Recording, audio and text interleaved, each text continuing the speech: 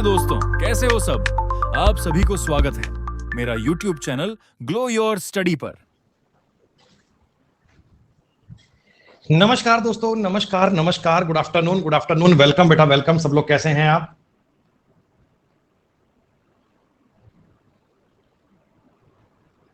नमस्कार भैया, good afternoon. सब लोग ठीक ठाक हो? बढ़िया।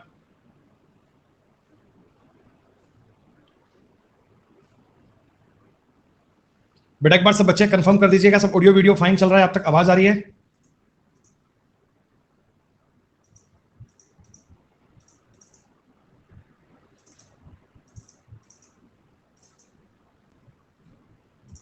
चलिए, तो आज दोस्तों आपकी मिक्सचर और एलिगेशन की आखिरी क्लास है। आज बच्चों मिक्सचर और एलिगेशन में आपके सब चीजें, सब कंसेप्ट कंप्लीट, लगभग नॉर्मल लेवल की चीजें बेटा आपने पढ़ ली थी, और दोनों प्रकार, मतलब दो टाइप की बात आपने कर ली थी। लाइक दो चीजों पे एलिगेशन लगाना हो, तीन बातों पे एलिगेशन लगाना हो, आप उन सब बातों को मिक्स करके ट्राई कर सकते हो बिना कोई दिक्कत के। तो मुझे बताओ एक बार, कल हमने इसके कहां तक के सवाल कर लिए थे? 10 क्वेश्चन कर लिए थे बेटा।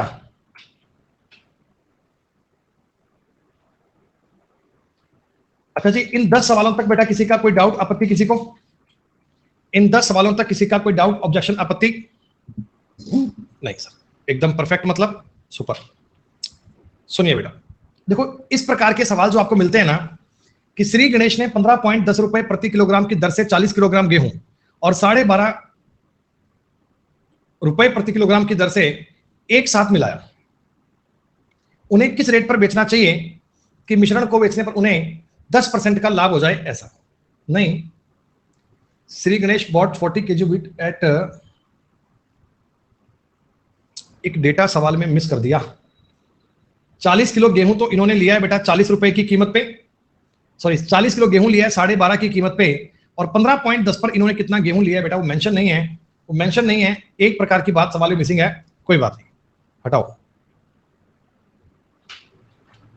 ये बताओ बेटा, इसमें क्वांटिटी पूछी गई है, क्वांटिटी पूछी गई है।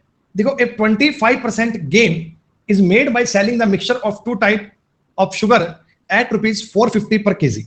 बेटा ये 450 रुपए पर केजी बेच रहे हो तो आपको 25% का लाभ हो रहा है। ये 450 का मतलब ये 5 की वैल्यू और आपके 4 की वैल्यू ज्ञात करोगे तो सीपी कितना 360 आएगा क्या?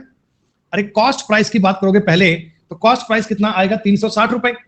सर पहले प्रकार की चीनी की कीमत है 560 रुपए प्रति किलोग्राम, और दूसरे प्रकार की चीनी की कीमत है 280 रुपए पर केजी। बेटा 280 रुपए पर केजी, 280 रुपीज पर केजी है, 280 रुपए पर केजी है। आई बात समझ में? अब आपने कहा सर अगर इसकी कीमत इतनी है तो मिश्रण की कीमत आ रही है 360, डिफरेंस लीजिएगा, इनकी डिफरेंस 80 और इनका डिफरेंस आ गया सर 200। अब 40 से काटोगे 2:5 आएगा क्या? अगर आप 40 से काटोगे 2:5 आएगा। सर सेकंड वाली चीनी की कीमत, क्वांटिटी आपको दी गई है 185 किलोग्राम, ये 5 की वैल्यू है, तो फर्स्ट वाली चीनी की बात दी गई है और ये आपके सामने कटेगा 37 से। 74 केजी आपके सवाल का उत्तर आना चाहिए बेटा, इसकी मात्रा 74 केजी आपको मिलानी चाहिए। ऐसा एलिगेशन के सवालों में आपको सिर्फ और सिर्फ ये देखना है कि अगर मैं इनके रेट पर एलिगेशन लगाऊंगा तो आपको इनकी क्वांटिटी का रेशो मिल जाएगा, आपको इनकी क्वांटिटी की बात मिल जाएगी। इसमें कोई दिक्कत किसी को?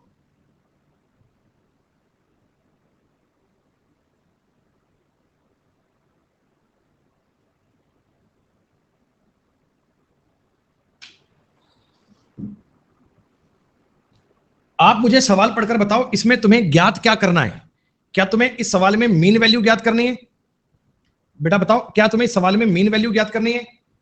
सर मैंने 32 रुपए प्रति किलोग्राम का चावल और 36 रुपए प्रति किलोग्राम का चावल मिलाया, क्वांटिटी इसकी मिलाई तुमने 25 किलो, क्वांटिटी इसकी मिलाई तुमने 15 किलो। क्या बच्चों 5:3 में मिलाया क्या? क्वांटिटी बताओ बेटा 5:3 में मिलाई है। अगर हम इसका ये मीन वैल्यू ज्ञात कर लेना तो मुझे पता लग जाए कि तुम्हें नेट वेट इसका कॉस्ट प्राइस क्या पड़ा है। अब ये ज्ञात करने के सर बहुत तरीके होते हैं हमारे पास। अगर हम बेसिक से भी करते हैं, 32×5 160, 32×96, सॉरी माफ कीजिएगा, 36×108 डिवाइड बाई करेंगे 8, सर ये बन रहा है 268/8। क्या यही तुम्हारा सीपी आएगा? क्या बच्चों यही तुम्हारा सीपी आएगा? क्या यही तुम्हारा सीपी आएगा? देखिए आप इनको काटकर आगे और भी ज्ञात कर सकते हैं। अगर मैं 4 से काट लूं, 4 छिका 24, 4 छिका 24, 4 सता 28, 4 दूनी 8, सर 33.5 रुपए आएगा, 33.5 रुपए। आपके सामने मिश्रण का कॉस्ट प्राइस आ गया 33.5 और सेलिंग प्राइस आ रहा है 40.2। क्या प्यारे बच्चों यहां से आप प्रॉफिट ज्ञात कर सकते हैं? क्या अपने सवाल में आप यहां से प्रॉफिट ज्ञात कर सकते हैं? आप कहना जी 335 का सामान है, 402 में बिक गया, तो हमें कितने परसेंट का प्रॉफिट हो गया? सर 67 रुपए का प्रॉफिट हुआ। 335 पे हुआ, गुणा में 100 और परसेंट, पूरा पूरा 5 बार कटेगा, 20 बार कटेगा, 20% आपके सवाल का उत्तर बनना चाहिए। जी हां, यही बात आनी चाहिए। डन, कुछ और काम करने की आवश्यकता नहीं है बेटा। सिंपल जानकारी है, सिंपल कहानी है। सिर्फ एलिगेशन सवाल में अप्लाई कहां होता है, यह आपको अप्लाई करना आना चाहिए। सर बताओ, एक प्रकार की चाय पत्ती 60 रुपए, एक प्रकार की चाय पत्ती 105 रुपए, दोनों को आपने 7:2 में मिलाया है, तो आप ये बता दो पहले इनका डिफरेंस 45 है। 45 को अगर 7:2 में काटोगे 35 और 10 आएगा, मिश्रण का रेट 70 रुपए आएगा क्या? ये जो सवाल चल रहे हैं इनका मेन टास्क है मीन वैल्यू फाइंड करना। जो बच्चा मीन वैल्यू ज्ञात कर पाएगा वो सारे सवाल कर पाएगा बेटा। सीपी आ रहा है सर आपका 70 रुपए, सेलिंग प्राइस आ रहा है आपका 100 रुपए। 7 रुपए की चीज अगर 10 में बिकती है तो 3/7 का प्रॉफिट हो गया, और इसी को बेटा हम परसेंटेज में बोलते हैं 42 सही 6/7%। आप ये बात डिवाइड भी कर सकते हैं, 300 में 7 का भाग दोगे या बच्चों परसेंटेज पढ़ोगे ना तो आपको ये याद हो जाएगा। 1/7 का ये मतलब होता है, तो 3/7 का मतलब आएगा 42 सही 6/7%। Is it fine? सीपी और एसपी की बात है, देखो ये आपके सामने लाभ और हानि का बेस चल रहा है बेटा। हम आगे चलकर जब प्रॉफिट एंड लॉस पढ़ेंगे ये उसी का एक बेसिक बन रहा है। हम प्रॉफिट एंड लॉस के क्वेश्चन में आपसे बोलेंगे कि इसमें एलिगेशन लगा दीजिए, तो वहां आप देखना, मैं आपको आज बता रहा हूं, कई बच्चे बोलेंगे सर एलिगेशन क्या होता है? सर मैं एलिगेशन नहीं पता। भाई एलिगेशन एक मैथ का बेसिक कंसेप्ट है। अगर आप मैथ का बेसिक पढ़ना चाहते हैं तो आपको एलिगेशन आना चाहिए बेटा। एलिगेशन आपके लिए मैंडेटरी है, एलिगेशन आपको पता लगना ही चाहिए। सर कोई डेयरी गाय के दूध को भैंस के दूध में मिलाती है। देखो ये तो बेटा दूध है गाय का और ये दूध है बफेलो का। इसमें वसा है 10%, इसमें वसा है 20%। रिजल्ट में वसा आ रही है 120/7%। क्या मुझे बताओ, मैं पूरे क्वेश्चन को 7 से गुना कर दूं बेटा? जब पूरे सवाल को 7 से गुना करोगे 70, 140 और 120 बनेगा। सर यहां आएगा 20, यहां आएगा 50, रेशो बन जाएगा 2:5। जैसे तुम्हें मैं तेज गति में सवाल करके बता रहा हूं, वैसे वैसे बच्चों आप सबके उत्तर भी आने चाहिए, और आप देखना आपको पेपर में हूबहू सवाल मिलेगा।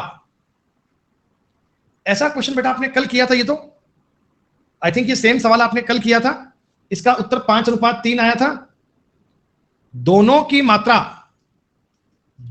मात्रा आपके सामने 5:6 में आई थी। तब मैंने कहा था इसको 500 ml, इसको 600 ml मान लीजिए। 100 ml वाले आपको बीकर चाहिए 5, 200 ml वाले आपको बीकर चाहिए 3, और ये इस सवाल को हमने कल बताया था बेटा। बाय मिस्टेक ये क्वेश्चन रिपीट हो गया है, सेम सवाल था ये बताओ भाई, ये सवाल बढ़िया है। एक व्यक्ति 67 रुपए प्रति किलोग्राम 86 वाले 106 वाले कह रहा है जी किस अनुपात में मिलाएं कि हमें इस मिश्रण को 1023 2.3 में बेचने पर 10% का लाभ हो। बेटा पहली बात तो ये जो रेट दिया है ना, ये तुमको दिया हुआ है सेलिंग प्राइस।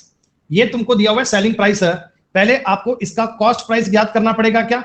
अरे बताओ, पहले इसका कॉस्ट प्राइस ज्ञात करना पड़ेगा क्या? हाँ सर। और जब कॉस्ट प्राइस ज्ञात करोगे 11×99, 11×3 33, क्या 93 रुपए आएगा? अच्छा कल मैंने तुमको ना एक सवाल बताया था XYZ वाला, किसी बच्चे को याद है XYZ वाला? उसमें मैंने ये बताया था कि उत्तर एक से ज्यादा आएंगे, तुम्हें एक इक्वेशन बनानी है। इक्वेशन कैसे बनाएंगे? सर पहली बात 93 में से आप 67 को माइनस करोगे तो 26x बनेगा क्या? अरे बोलो, 93 में से 67 घटाओगे तो 26x बनेगा। सर 93 में से 86 घटाओगे, 86 घटाओगे तो 7y बनेगा। और सर 106 में से 93 घटाओगे तो बराबर बनेगा 13z। ये ध्यान रखना, ये दो संख्याएं 93 से छोटी हैं और एक संख्या 93 से बड़ी है, तो ये नेगेटिव है, मतलब उस तरफ जाएगा। 13z बनना चाहिए। इक्वेशन समझ में आई? या पूरा सवाल लिख के बताऊं बेटा जैसे कल बताया था?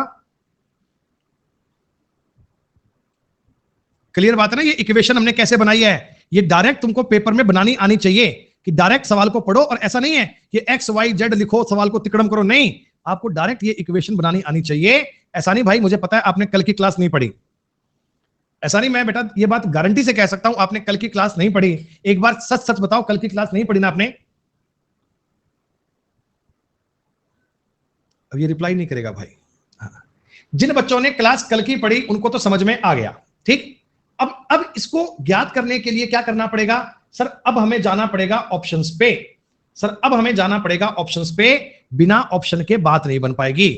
सर पहला ऑप्शन देखिएगा, 26 दूना 52 और 98, ये नंबर 91 से बड़ा? अरे नहीं भाई साहब नहीं, कैसे बता? 26 एकम 26 और 77, ये 78 के बराबर नहीं। 78 और 112 65 के बराबर नहीं। केवल डी ऑप्शन बन सकता है। 26 13 साथी 91, 13 निमा 117, देखो वैल्यू कर गया सेटिस्फाइड, आंसर यही बनेगा।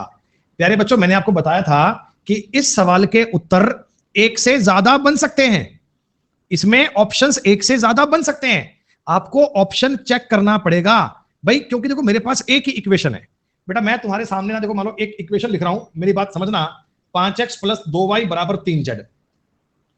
अब इसका कोई एक इक्वेशन नहीं है सर, इसकी कोई एक इक्वेशन नहीं है, इस पे बहुत सारे मान बन सकते हैं, इसके बहुत सारे मान बन सकते हैं बेटा, तुम्हारा जो मन करे ना, जो मन करे वो मान लिख लो, बन जाएगा। जैसे आपने कहा सर मैं x की जगह पे 3 रखूंगा, y की जगह पे 4 रखूंगा, तो बन जाएगा। देखो अगर मैं 3 रखूंगा 3 तो ये बन गया 15, y कितना बन गया 8, z 3 गुणा अगर 23 करना है तो z का मान हो गया 23/3, ये लो हो गया। रेशो पूछा है आपसे, 3 से गुणा कर दीजिए सर, ये 9, ये 12 और ये 23 बन गया। ऐसे तुम कुछ और रख लो, ऐसे कुछ और रख लो तो और भी आ सकता है। ऐसे तीनों मान नहीं आयुष्मान, तीनों मान नहीं बेटा, इसमें पर्टिकुलर x और y का मान अब सोच लो, z का मान तुम्हें सवाल बता देगा। तो मतलब इसलिए मैं आपसे कह रहा था कि इस चीज के, इस एक इक्वेशन के रिजल्ट मल्टीपल आ सकते हैं, सैकड़ों हजारों लाखों आ सकते हैं, इस पर कभी भी आप बिना ऑप्शन के सवाल हल नहीं कर पाओगे। ऑप्शन मैंडेटरी है, बिना ऑप्शन के सवाल बन नहीं पाएगा। देखो मैं तुम्हें ना एक छोटी सी बात बता रहा हूं बेटा, एक छोटी सी बात बता रहा हूं, शायद कोई बच्चा मेरी बात को समझ पाए। अगर मैं तुम्हें 2 इक्वेशन दे रहा हूं, मान लो मैं तुम्हें 2 इक्वेशन दे रहा हूं ऐसा,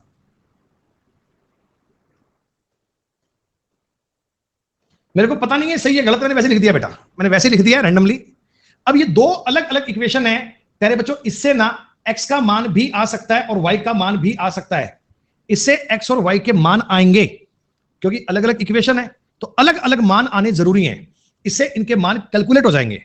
लेकिन अगर मैं तुम्हें दोनों की बजाय केवल एक ही इक्वेशन दूं, एक ही इक्वेशन दूं ये वाली, और बोलूं कि x और y के मान बता दो, तो बेटा आप जज नहीं कर सकते, इनके मान बहुत बन सकते हैं। आई बात समझ में? ये एक सिंपल सी लॉजिकल बात होती है जो आपको जान में आनी चाहिए, आपको पता होनी चाहिए। सुनो बेटा,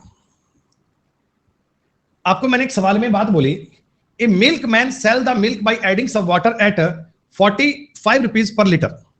He had 48 liter of mixture, milk and water with him. Find the quantity of water in it. और इसमें पानी की मात्रा ज्ञात करनी है। शुद्ध दूध की कीमत 54 रुपए प्रति लीटर है, शुद्ध दूध की कीमत 54 रुपए प्रति लीटर है। ऐसा जरा मुझे बताइएगा, आपने एक बार क्वेश्चन की लैंग्वेज पढ़ी, क्या तुम्हें सवाल का कोई डेटा समझ में आ रहा है? क्या तुम्हें सवाल की कोई बात समझ में आ रही है बेटा? एक डिसऑनेस्ट शॉपकीपर है, दूध वाला है बेटा, इसने दूध में पानी मिलाकर बेचा, इसने दूध में पानी मिलाकर बेचा और 45 रुपए 45 रुपए पर लीटर की कीमत पर बेचा है, 45 रुपए पर लीटर की कीमत पर बेचा है। He had 48 litre of mixture with him, milk and water, find the quantity of water, find the quantity of water.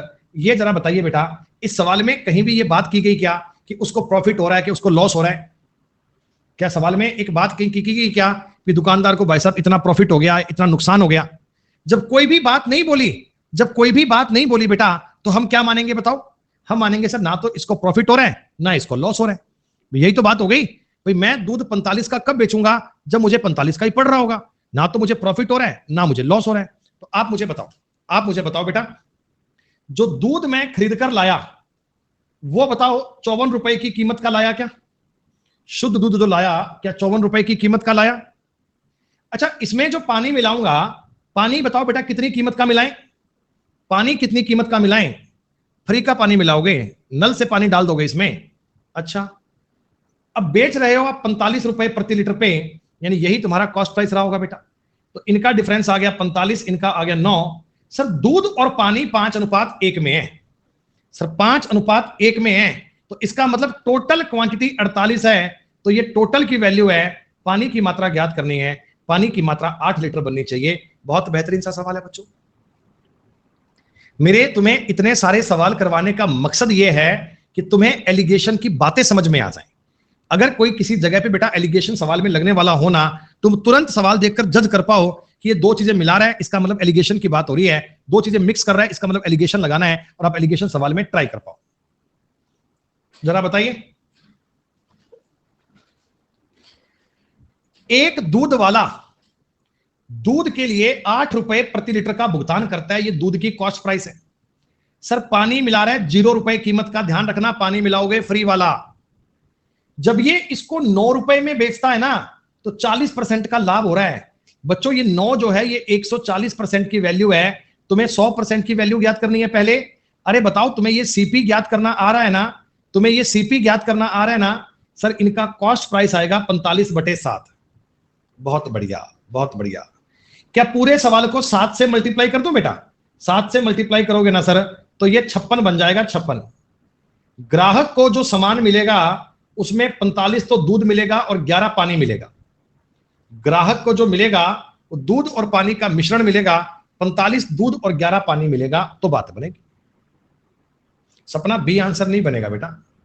दूध और पानी का अनुपात। वाटर टू मिल्क पूछा है क्या? माफ कीजिएगा बेटा, लास्ट में आपसे सवाल ना हिंदी में फर्क दिया हुआ है। जो इंग्लिश में जानकारी दी गई है उसको प्रेफर करना। वाटर टू मिल्क पूछा है, तो वाटर और मिल्क पूछेगा तो 11:45 होगा। 11:45। देखो बेटा, मैं आपको ये बात करूं, जो क्वेश्चन टाइप करवाते हैं ना बेटा, इनमें क्या होता है ना कि इंग्लिश को हम पूरा वेरीफाई करते हैं और हिंदी बेटा गूगल से कन्वर्ट होती है, तो उसको अलग ही पढ़ा जाता है, देखा जाता है। फिर भी कोई माइनर ऐसी मिस्टेक हो तो बहुत ऐसे मतलब सीरियस ना हुआ करो। इंग्लिश को अकॉर्डिंग सवाल कर सकते हैं। कभी छोटी मोटी गलती हो मैं आपको बता दूंगा बेटा। वैसे कंटेंट बनता बहुत ध्यानपूर्वक है, लेकिन कई बार हर एक गलती ना कैच में नहीं हो पाती। हर एक गलती बेटा पकड़ नहीं पाते हैं। आपको पता है बेटा कि मतलब एआई तो काम करता नहीं है इस पे, मैं ही काम करता हूं बेटा। अब आर्टिफिशियल इंटेलिजेंस होती है, वो तो मतलब पूरी गलती निकाल भी ले। अब आदमी काम करता है तो गलती रह जाती है। सुनो, कल मैंने तुमको एक बात बताई थी बेटा, तुमको याद है?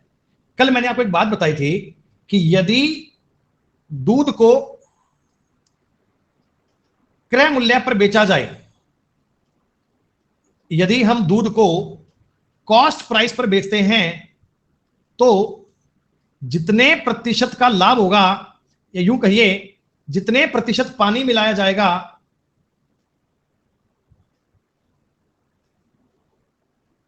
उतने ही प्रतिशत का लाभ होगा। उतने ही प्रतिशत का लाभ होगा। यदि हम दूध को क्रय मूल्य पर बेचें, तो बेटा जितने % आप पानी डालोगे ना, उतने ही % का लाभ कमाया जाएगा। यह ध्यान रखना। सर अगर मैं दूध को लागत मूल्य पर बेचता हूं, मैं कहता हूं भैया जितने का ला रहा हूं ना उसी रेट बेच रहा हूं, तो इसका मतलब वो 16 सही 2/3। अरे इसका मतलब 1/6 होता है क्या बेटा? प्रॉफिट कमा रहा है 1/6। 1/6 का मतलब 6 रुपए अगर आपका कॉस्ट प्राइस है, तो 1 रुपए का प्रॉफिट कमा रहा है। तो बेटा इसका मतलब उन्होंने दूध में पानी भी 1/6 ही मिलाया होगा। इन्होंने बताओ दूध में पानी भी 1/6 ही मिलाया होगा, यानी दूध और पानी का अनुपात 6:1 रहा होगा क्या? अरे बताओ बेटा, दूध और पानी का अनुपात 6:1 रहा होगा, और टोटल क्वांटिटी आपकी जो मिश्रण है वो 7 रहा होगा। सवाल कहता वह 14 लीटर मिश्रण बेचता है। सर 14 लीटर अगर ये मिश्रण बेचता है ना, तो इसमें से 12 लीटर तो दूध बेचता है और 2 लीटर पानी बेचता है। अगर ये 14 लीटर मिश्रण बेचता है तो 12 लीटर दूध बेचता है और 2 लीटर पानी बेचता है। आप ये बात ध्यान रखना, अगर हम दूध को क्रय मूल्य पर बेचें तो जितने प्रतिशत का पानी मिलाया जाएगा उतने प्रतिशत का ही लाभ होगा। ये इंपॉर्टेंट कंसेप्ट है। डिसऑनेस्ट शॉपकीपर वाले सवाल आगे बनेंगे, प्रॉफिट एंड लॉस में, वहां भी आपकी हेल्प करेंगे बेटा। ये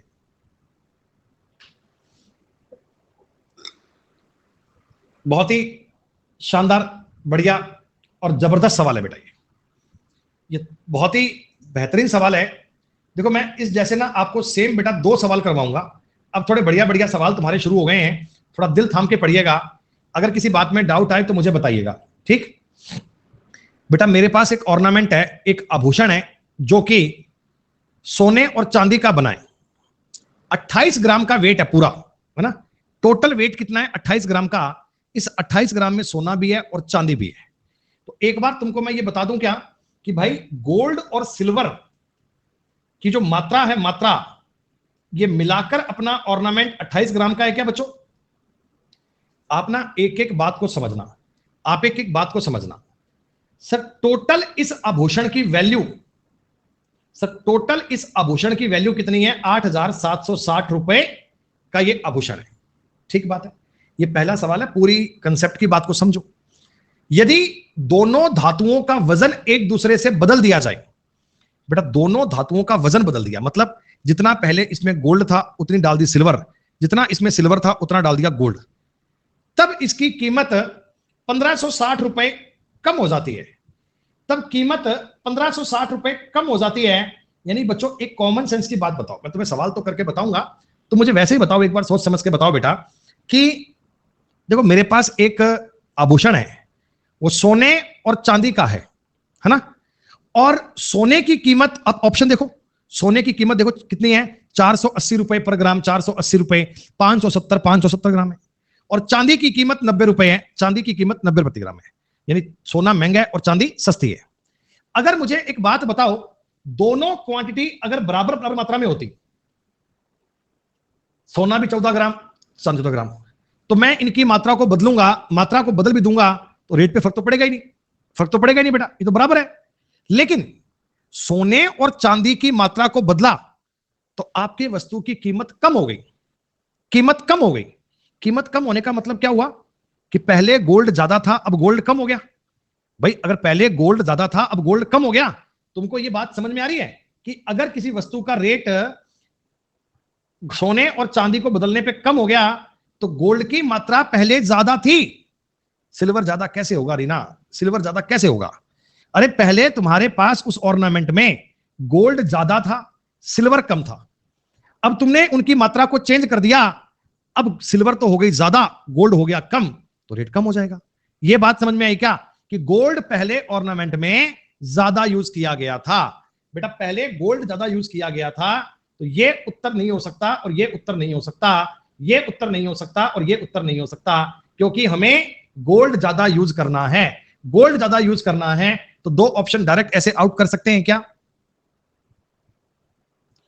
ये तो देखो एक तरीका होता है ऑप्शंस को ऐसे 2 ऑप्शन आउट करने का, लेकिन अब मैं तुमको पूरी कहानी बता रहा हूं बेटा। अब मैं तुम्हें पूरी कहानी बता रहा हूं, मेरी बात को बड़े ध्यानपूर्वक समझना, मेरी चीजों को बड़े ध्यानपूर्वक समझना। इस पूरे सवाल का तुम्हें कॉन्सेप्ट क्या बताऊंगा डिटेल में, और बाद में इसका शॉर्ट क्या कोई बताऊंगा, समझ लेना बात को। सर मान लो तुमने गोल्ड खरीदा है x ग्राम और तुमने चांदी खरीदी है y ग्राम। ये क्या स्टार्टिंग की बात है, स्टार्टिंग की बात है। दोनों की मात्रा का जोड़ 28 है, यानी x प्लस वाई कितना आ रहा है? 28। x प्लस वाई कितना आ रहा है? 28। ठीक बात, ओके सर। सोने की कीमत क्या है मुझे पता नहीं है। सर सोने की कीमत क्या है? सोने की कीमत क्या है मुझे पता नहीं है। मैं सोने की कीमत कुछ मान लू, पी मान लू, पी जी मान लेता हूं, गोल्ड जी मान लो। तुमने सोने की कीमत मान ली जी रुपए प्रति ग्राम, 1 ग्राम की कीमत जी है, तो x ग्राम की कीमत जी एक्स होगी क्या? 1 ग्राम गोल्ड कितने का है? 1 ग्राम गोल्ड कितने का है? 1 ग्राम गोल्ड आ रहा है सर जी रुपए का, तो x ग्राम गोल्ड कितने का आएगा? जी एक्स का आएगा। सर चांदी, चांदी तो 90 रुपए ग्राम आती है, और y ग्राम चांदी 90 वाई की आएगी, y ग्राम चांदी 90 वाई की आएगी। ये दोनों कीमत जोड़कर बन रही है 8,760 रुपए। ये दोनों कीमत को ऐड करके बन रहा है 8,760 रुपए। सर अगर चांदी की कीमत, अच्छा दोनों की मात्रा अब चेंज कर दो। दोनों की मात्रा चेंज करने का मतलब गोल्ड तो मान लें y ग्राम, गोल्ड अगर y ग्राम मान लोगे तो इतने का आएगा, और चांदी x ग्राम मान लें तो चांदी इतने की आएगी क्या? x ग्राम। दोनों की क्वांटिटी बदल दी तो कीमत 1560 रुपए कम हो गई, कीमत हो गई 7200 रुपए। ये तुम्हारे सामने 2 इक्वेशन आ गई हैं, ये तुम्हारे सामने 2 इक्वेशन आ गई हैं। क्या ये दोनों इक्वेशन आपको क्लियर है?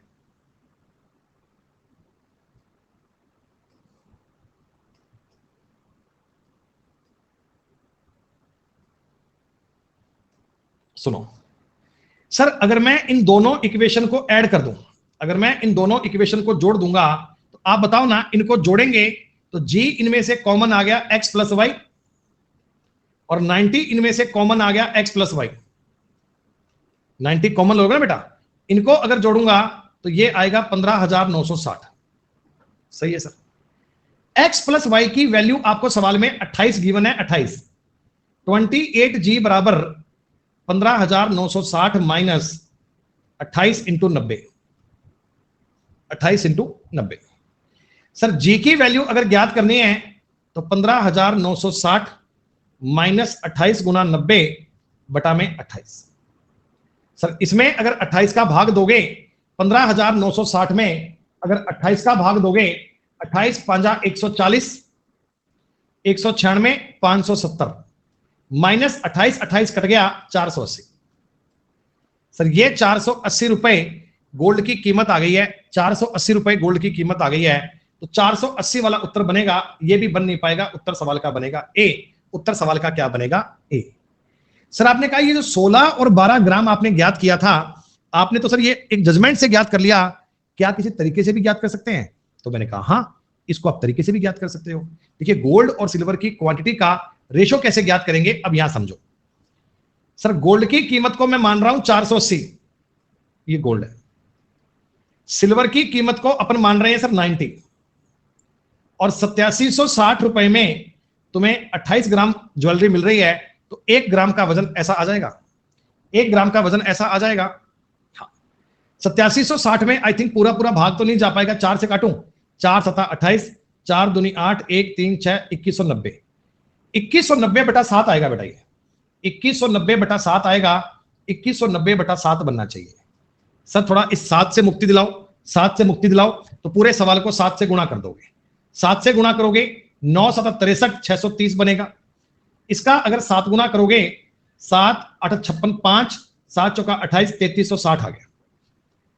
डिफरेंस लोगे, 16 में से 9 गए 7, 2 में से 1 गया 1, 1170। सर इनका डिफरेंस लोगे तो 9 में 6 गया 3, 3 गया 6, और ये 1560। 13 से काटोगे, 13 गुना 12, 13 गुना 9, 3 से काटोगे 4:3। गोल्ड और सिल्वर ना 4:3 में आएंगे बेटा, 4:3 में आएंगे, तो टोटल आपकी ज्वेलरी थी 28 ग्राम की, तो ये आ जाएगा 16 ग्राम और ये आ जाएगा 12 ग्राम। 16 और 12 दोनों की मात्रा को ऐसा ज्ञात कर पाएंगे। अब बच्चे के मन में डाउट आएगा कि सर इतना बड़ा सवाल करेंगे, हमारा तो पेपर में टाइम बहुत बीत जाएगा, है ना, तुम्हें इसका बेसिक तो समझ में आ गया। अब ऐसा कोई सवाल आए तो आप इतना बड़ा मत करना बेटा, आप ना इसकी चीजों को समझ लो, आप इस सवाल की नब्ज कैच कर लो कि इसमें बनेगा क्या। फिक्स लैंग्वेज है, फिक्स कहानी है। ऐसा मेरी बात सुनो, मेरे सामने अगर ये पेपर में सवाल आएगा तो आप तो मेरी बात को समझ लेना और ऐसे अपना सवाल करना जैसे मैं तुम्हें अब बता रहा हूं। 28 ग्राम का एक गोल्ड का आभूषण है, बना है, सोने चांदी का रेट, ये वेट 28 ग्राम है, कीमत इतनी है। तुम्हें शायद ये पता लग रहा है कि सर हमेशा ना हमेशा इसमें गोल्ड का जो कीमत है इसके गुणा में 28 बनेगा, और सिल्वर के गुणा में भी, सिल्वर का जो भी रेट होगा, सिल्वर का जो भी रेट होगा उसके गुणा में भी 28 बनेगा। देखो आपने यहां बनाया ना बेटा, आपने यहां ये बनाकर चेक किया ना, तो ये काम बार बार क्यों करें, सीधा ही कर लेंगे। ये किसके बराबर आएगा, ये एक तो लिखना है 8760, और एक इसमें इतना घटाकर 7200 के बराबर लिखना है, दैट्स ऑल। बस सर इतना सा काम करना है। अब तुम्हें गोल्ड या सिल्वर में से एक चीज का रेट तो मिलेगा ही मिलेगा। मुझे सिल्वर का रेट दिया हुआ है 90, 90 चिपका दो, 90 चिपका दो, तो 28G की वैल्यू क्या बनेगी, 28G की वैल्यू क्या बनेगी। तो आप कहना जी सर इन दोनों का हम सम करेंगे, ऐसा भी कर सकते हो बेटा, आप ऐसा भी कर सकते हो।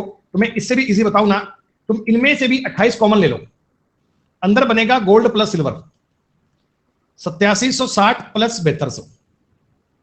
तुम्हें अगर गोल्ड प्लस सिल्वर का रेट ज्ञात करना होगा, तुम 8760 प्लस 7200 बटे 28 कर देना, दैट्स ऑल। बस ये इस सवाल को करने का शॉर्टकट है, ये इस सवाल को करने का शॉर्टकट है। अब गोल्ड का या सिल्वर का कोई एक चीज का रेट सवाल में दिया जाएगा, कोई एक चीज का रेट तो दिया जाएगा, और सेकंड वाला आप ज्ञात कर दोगे। क्या तुम्हें समझ में आया कि तुम्हें इस प्रकार का सवाल मिल जाए तो कम से कम टाइम खर्च करके तुम्हें इक्वेशन में क्या लिखना है, तुम्हें ये लिखना है सर, तुम्हें ये लिखना है कि गोल्ड और सिल्वर का जो रेट होगा ना, ये 8760 प्लस इसमें से घटाओ 1560, 7200, और बटा में टोटल गोल्ड की मात्रा कर देना 28 ग्राम। ये कर देना साहब। जो व्यक्ति इस गुणा भाग को सॉल्व कर देगा यकीनन वो अपने सवाल का सॉल्व कर पाएगा। क्या एक पेज का सवाल आपका एक लाइन में बन जाएगा? क्या एक पेज का सवाल एक लाइन में बन जाएगा? क्या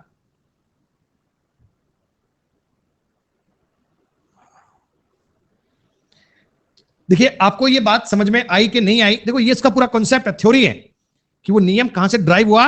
ये ड्राइव करने का मैंने तरीका बताया तुम्हें एक सवाल ऐसा और देखना है। देखो मैं तुम्हें चीजें बता रहा हूं, बड़े प्यार से सुनना एक बार प्लीज। बीच में कमेंट मत करना, कोई बिना मतलब ब्लॉक कर दूंगा, ध्यान रखना, मैं दिमाग खराब नहीं होना चाहिए। सोने और चांदी से बनी 35 ग्राम आभूषण की एक वस्तु की कीमत 13,440 रुपए। ठीक है, सोने और चांदी का वजन आपस में बदल दिया जाए तो वस्तु की कीमत 9690 रुपए रह गई। कीमत कम हो गई बेटा, कीमत कम हो गई। इसका मतलब पहले गोल्ड ज्यादा था क्या? अरे कीमत कम हो गई, इसका मतलब पहले गोल्ड ज्यादा रहा होगा क्या? तो आपके दो ऑप्शन तो आउट हो गए। आपने कहा सर गोल्ड ज्यादा है, सर गोल्ड ज्यादा यूज करना है, गोल्ड ज्यादा यूज करना है, तो ये दो ऑप्शन सर अपने नहीं बन सकते। इन दोनों ऑप्शन को आउट कर दूं क्या बेटा? बताओ एक बार। सर जिसमें गोल्ड ज्यादा है उत्तर तो वही बनेगा, जिसमें गोल्ड ज्यादा है सर उत्तर तो वही बनेगा। कीमत कम होने का मतलब जान लिया करो, मतलब जान लिया करो, मैथ्स में अंडरस्टैंडिंग पैदा करो अपनी। ये दो ऑप्शन मैंने आउट कर दिए। आपने कहा सर सुनो मेरी बात, अभी अभी आपने सर बताया था शॉर्टकट। गोल्ड और सिल्वर का जो रेट है ना, रेट, ये पता किसके बराबर आएगा? दोनों कीमतों को जोड़ो, 13,440, 9690 और बटा में इनका वजन कर दूं क्या? अरे बेटा बटा में इनका वजन कर दूं क्या? बता दो। अरे बोलो बाबूजी। 0, 4 9 13 का मतलब एक आंसिल, 5 और 6 11 का मतलब एक आंसिल, 4 9 13 का मतलब एक आंसिल, 23,130 बटा 35। सर इसे काट के देखो कटेगा।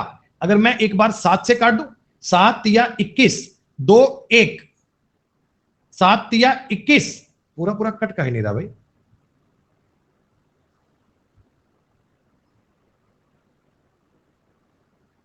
नहीं नहीं पॉइंट में नहीं आएगा, पॉइंट में नहीं आएगा यार, पॉइंट में नहीं आएगा।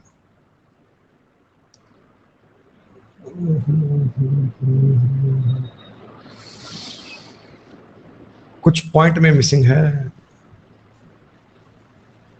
अरे माइनस नहीं करना भाई, माइनस नहीं करना, मेरी बात सुनो एक बार। माइनस नहीं करना है बेटा, माइनस नहीं करना है। एक बार सुनिएगा, एक बार सुनिएगा, एक बार सुनिएगा। 540 11,880 और चांदी अगर मैं लूंगा 13 रुपए गुना 100, 440 का बन रहा है, सही है। और अगर मैं ये लूंगा 13 गुना 540, 7,020 और ये क्या है?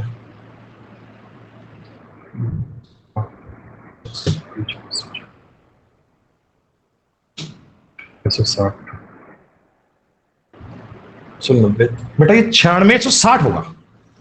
थोड़ा डेटा में क्या चेंज हो गया, ये 9660 कर लेना बेटा, ये एक्चुअली 9660 आएगा, 9660 आएगा, 9660 कर लेना, 9660। ठीक है, अब सुनो। अरे बेटा उसमें एक था, आपको ये दिया था कि इतना रेट कम हो गया, इसमें रेट दिया गया है, इसमें रेट दिया गया है। अब मुझे बताओ इन दोनों का जोड़ कितना बनेगा? सर इनका जोड़ बनेगा 23,100 बटा में हो गया 35। 7 से काटोगे 7 या 21, 7 या 21 और ये काटोगे 660। सर गोल्ड और सिल्वर के रेट का वैल्यू आ गया 660। गोल्ड का रेट अगर दोस्तों, गोल्ड का रेट अगर 540 है तो चांदी का रेट 120 रुपए आएगा। आपके सवाल का उत्तर ए बनना चाहिए, डी आंसर बन नहीं पाएगा, डी आंसर नहीं बन पाएगा, ए आंसर बनेगा। ऐसे देखो ये सवाल इतनी सी जगह में करना है, ये एक पेज का सवाल है, इतनी इक्वेशन बनाना है, इतना माथापच्ची करने का सवाल है, लेकिन आपको ऐसे तुरंत करना आना चाहिए, ऐसे तुरंत करना आना चाहिए। अब हो गया क्लियर? नहीं पूरा क्यों करना है भाई निशांत, पूरा क्यों करना है भाई? हमें पेपर में थोड़ी इतना समय वेस्ट करना है यार। अगर कभी ये सवाल बन जाए, आप यकीन मानिएगा बेटा, पूरे पेपर में 10% लोग भी नहीं होंगे जो इस सवाल को करके आएंगे। अरे देव तुमको वेट ज्ञात करना अभी बताया नहीं था मैंने? तब सो गए थे क्या, नींद आ गई थी क्या? गोल्ड की कीमत 540 है, सिल्वर की कीमत 120 है और एवरेज रेट कितना पड़ रहा है? एवरेज रेट कितना पड़ रहा है? 13,440 बटा में 35, ये एवरेज रेट पड़ रहा है। तो जरा बताओ एक बार कितनी बार कट रहा है? 7 7 6 4, 7 से कट रहा है। 7 एकम 7, 6 4, 7 निम 63, 7 दूनी 14, 1920, ये कटेगा 5 दिया 15, 384, 384 रुपए रेट पड़ रहा है एवरेज। इनका माइनस करो, 4 में 0 घटाएंगे 4, 6 2। सर इनका 10 में 4 गए 6, 13 में 8 गए 5, 4 में 156। क्या ये नंबर बच्चों आगे और कट पाएगा? क्या ये नंबर आगे और कट पाएगा? इसे कटना ही पड़ेगा। आप इसे काटो, 11 से कट जाएगा। 11 दूनी 22, 11 चौका 44, 11 एकम 11, नहीं 11 से नहीं कट रहा, 4 से काट लें, 4 छिका 24, 2 4, 4 छिका 24, 4 तिया 12, 4 निमा 36, और इसे 3 से काट लें, 22 अनुपात 13 बन रहा है। और देखो ये इनका वेट आ गया ना बच्चे, ये 22 और 13 इनका वेट आ गया ना। पर इतना सब करने में समय खर्च मत करना। मैं तुम्हें सिर्फ इतना कहना चाहता हूं, मैं तुम्हें इतना कहना चाहता हूं कि आप इसमें देखना कि गोल्ड का वजन ज्यादा आएगा, और गोल्ड का वजन ज्यादा होगा उसको टिक कर देना भाई। इसे कॉमन सेंस कहते हैं। क्या बात समझ में आई? अरे चेंज करने के पहले ही पूछ रहा है भाई, उसमें यह देता कि यदि बदल दिया जाए तो, यानी स्टार्टिंग की बात तो दी गई है बेटा, स्टार्टिंग की बात तो सवाल में दी गई है ना।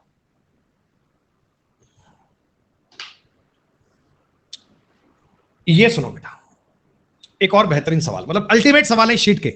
इस शीट को आप करोगे ना तो मतलब प्रॉपर आपको ये मजा आएगा कि हां कुछ पढ़ा है, कुछ अच्छा सा पढ़ा है आज। पार्टी में सिर्फ कपल्स को ही बुलाया जाता है। एक पार्टी हो रही है, इस पार्टी में केवल कपल को ही बुलाते हैं बेटा, और 4/9 पुरुष इंटरेस्टेड इन एल्कोहलिक ड्रिंक। 4/9 पुरुषों की संख्या का 4/9 ऐसे हैं जो एल्कोहलिक ड्रिंक लेना पसंद करते हैं।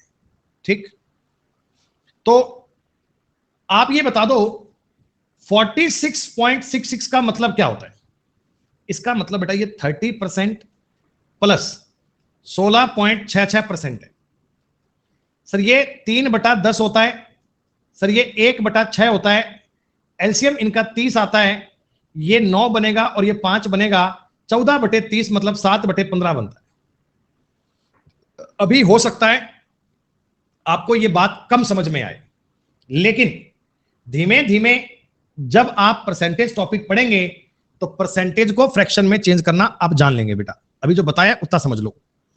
अच्छा एक बात, अब सवाल को दोबारा पढ़ते हैं, मेरी बात पे ध्यान देना बेटा, एक एक वर्ड पे। In a party only couples are invited, इसका मतलब क्या है? पार्टी में जितने मेल हैं उतनी फीमेल बराबर संख्या में। भाई अगर कपल्स हैं ओनली, है ना, कपल्स हैं ओनली, तो जितने मेल हैं उतनी फीमेल है। हाँ, पुरुषों का 4/9 एल्कोहलिक ड्रिंक लेना पसंद करते हैं। महिलाओं की संख्या का बेटा सॉरी ओवरऑल पीपल, सारे लोगों में 7/15 लोग ऐसे हैं जो एल्कोहलिक ड्रिंक लेना पसंद करते हैं। तो नॉन एल्कोहलिक और एल्कोहलिक फीमेल का रेशो चाहिए। आप मुझे एक बात बताओ, अगर मैं ये सवाल बेसिक से करूंगा तो टोटल बेटा, टोटल दुनिया कुछ मान लूं क्या? सर देखो 15 भी मुझे बेटा 15 भी करना है, 9 भी करना है, तो 15 और 9 की शक्ल देखकर इनका एलसीएम बनता है 45। 45 का दूंगा 90 मान लो क्या? 90। सर आपने टोटल दुनिया को 45 क्यों नहीं माना? अरे मुझे बाद में इसमें मेल भी चाहिए फीमेल भी चाहिए, तो मैं 22.5 मेल कहां लिखते फिरूंगा? कपल है ना, जितने मेल हैं उतनी फीमेल है, तो मैंने 90 मान लिया। आई बात समझ में? ये मानना भी एक कला है दोस्तों। इसमें अब बताओ मुझे मेल कितने हैं फीमेल कितनी है? सर मेल तो इसमें आएंगे 45 और फीमेल कितने आएंगे? 45। यही है ना, यही है ना? ठीक है। अच्छा मैं कह रहा हूं सर 4/9 लोग, देखो पुरुषों में जो एल्कोहल ड्रिंक करते हैं, कह रहे भैया आज मौसम बढ़िया प्रेक्षक बनाएंगे वो लोग, ये 4/9 लोग पुरुषों में ये मादक पेय में रुचि रखते हैं, कह रहे भैया एल्कोहलिक ड्रिंक चाहिए अपने को, आज तेरा भाई सेट। 45 गुणा 4/9, सर 20 पुरुष ऐसे हैं जो एल्कोहलिक ड्रिंक चाहते हैं, और नॉन एल्कोहलिक पुरुष कितने आएंगे? 25। 25 पुरुष ऐसे हैं जो एल्कोहल नहीं लेते हैं। ठीक सर, टोटल दुनिया में टोटल लोगों में 7/15 एल्कोहल लेते हैं। सर टोटल लोगों में 7/15 लोग अल्कोहल लेते हैं, इसका मतलब टोटल लोगों में 42 लोग अल्कोहल ले रहे हैं, तो 22 महिलाएं अल्कोहल लेती हैं क्या? 23 महिलाएं अल्कोहल नहीं लेती, 23 महिलाएं अल्कोहल नहीं लेती। तो मैंने आपसे यह पूछा है find the ratio of number of non alcoholic तो है 23 और अल्कोहलिक फीमेल वो है 22, 23:22 इस सवाल का उत्तर बनना चाहिए। 23:22 इस सवाल का उत्तर बनना चाहिए। ये इस सवाल को बेसिक से करने की आर्ट है। क्या बेसिक से करने की तुमको कला समझ में आई? पुरुषों से ज्यादा महिलाएं अल्कोहल का सेवन कर रही हैं इस प्रश्न में।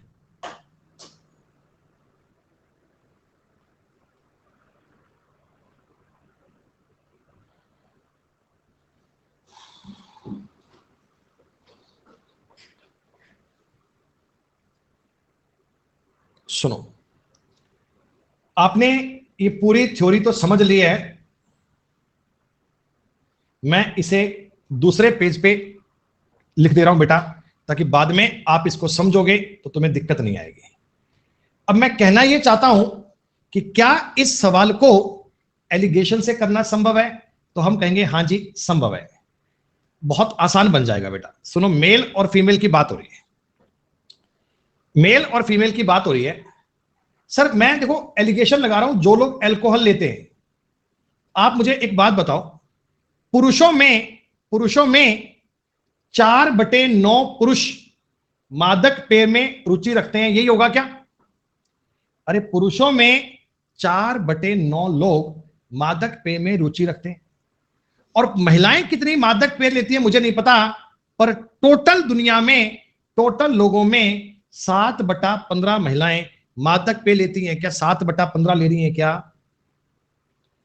और सर पूरी पार्टी में महिलाओं और पुरुषों का अनुपात 1:1 आ रहा है क्या? सर 1:1 आ रहा है क्या?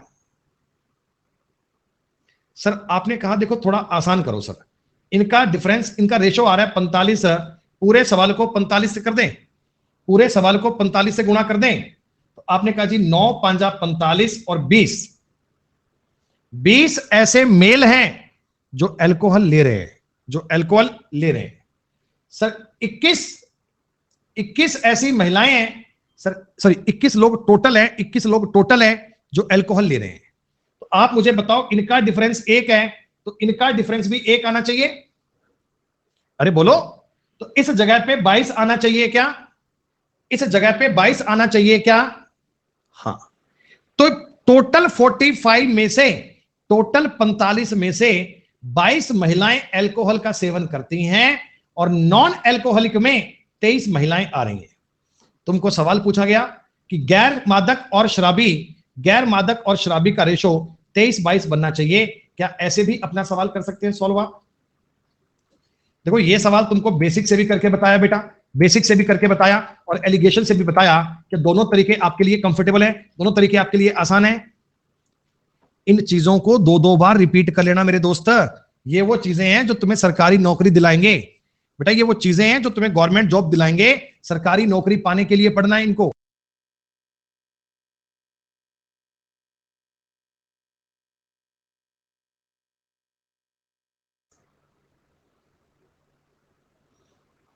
विकास भैया कैसी बात कर रहे हो, 23 कैसे आया? टोटल लोग 45 है यार, 45 में से 22 महिलाएं तो अल्कोहल ले रही हैं, 23 नहीं ले रही भाई यार। अरे पंकज काय का लिंक चाहिए यार? एक तूने कमेंट कॉपी कर लिया, कह रहा लिंक 5322 बार पेस्ट कर दिया है, लिंक काय का? किस बात का, मतलब किस बात का लिंक चाहिए भाई? गदर 2 का चाहिए, OMG 2 का चाहिए? क्या चाह क्या रहे हो भाई?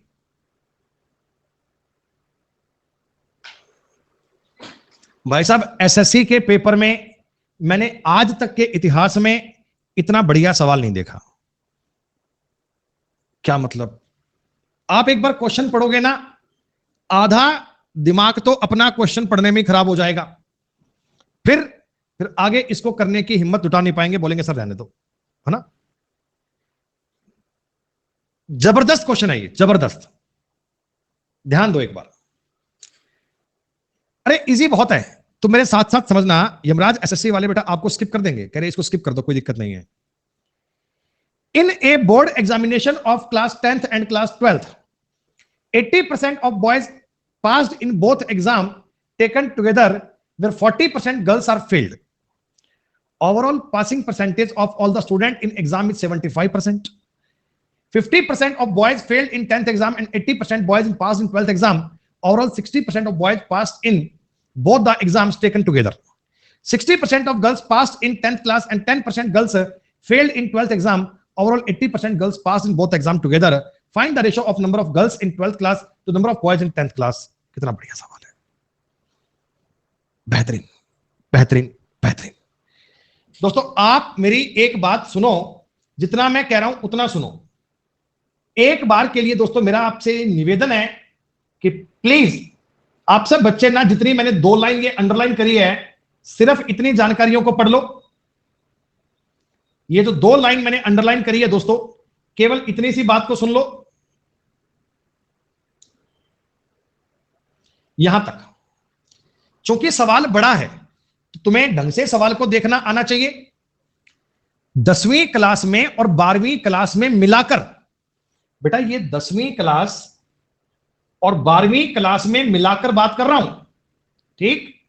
ओके सर, बॉयज में 80% लड़के पास हुए हैं, मैं बात कर रहा हूं पास की, और गर्ल्स लड़कियां 40% फेल हुई हैं। अरे 40% फेल हुई हैं तो पास तो 60% हुई हैं। अगर मैं पास पे काम कर रहा हूं पूरे सवाल पे, तुम्हें पास पे ही सवाल करना चाहिए। और दोनों परीक्षाओं में सभी बच्चों को मिलाकर 75% बच्चे पास हुए। मुझे बताओ, ये 15 और ये 5 डायरेक्ट बेटा 3:1 लिख दूं क्या? इतनी बात में किसी को कोई डाउट है तो बताओ भाई, नहीं तो क्या होगा ना, पूरे क्वेश्चन के लास्ट में दुनिया आ जाएगी, सब रिपीट करो, समझ में नहीं आ रहा हमारे तो। इतना बड़ा सवाल है भाई, टुकड़ों में कर रहा हूं, समझ लो बात। जितना मैंने अंडरलाइन किया है केवल उतनी बात ही बता रहा हूं, इसके अलावा कुछ और नहीं कर रहा हूं, कोई दिक्कत नहीं है। ये पता है क्या है, ये 10वीं और 12वीं क्लास के मिला के बात कर रहा है। इतने लड़के इतनी लड़कियां, इतनी बात 3-1 में सिमट गई। अब देखो बात कर रहा है जी, ये कह रहा है आपसे 50% of boys in 10th exam and 80% of boys in 12th exam, overall 60% of boys pass in both exam together. यानी अब की बार केवल बॉयज की बात कर रहा है क्या, केवल लड़कों की? लड़कों में 10th क्लास और लड़कों में 12th क्लास, लड़कों में 10th क्लास और लड़कों में 12th क्लास। सर लड़के जो 10th क्लास में फेल्ड हुए हैं, फेल्ड, देखो एक डेटा को लिया करो बेटा, पास पे सवाल चल रहा है ना, 50 पे चलने दो। अगर 10वीं क्लास में 50% लड़के फेल हुए हैं तो पास भी 50% हुए, और 12वीं क्लास में 80% लड़के पास हो गए, 80% लड़के पास हो गए, दोनों परीक्षाओं में मिलाकर 60% लड़के पास हो गए। तो मुझे बताओ बेटा, ये 20 और ये 10 2:1 लिख दूं क्या? आपने कहा जी सर इसमें भी कोई डाउट नहीं है। अब आप बात कर लो जी गर्ल्स की। 10th क्लास और 12th क्लास में कह रहा है तुमसे, 10वीं क्लास में 60% लड़कियां उत्तीर्ण हुई हैं, 12वीं क्लास में 10% फेल हुई हैं, दोनों को मिलाकर 80% पास हुई हैं।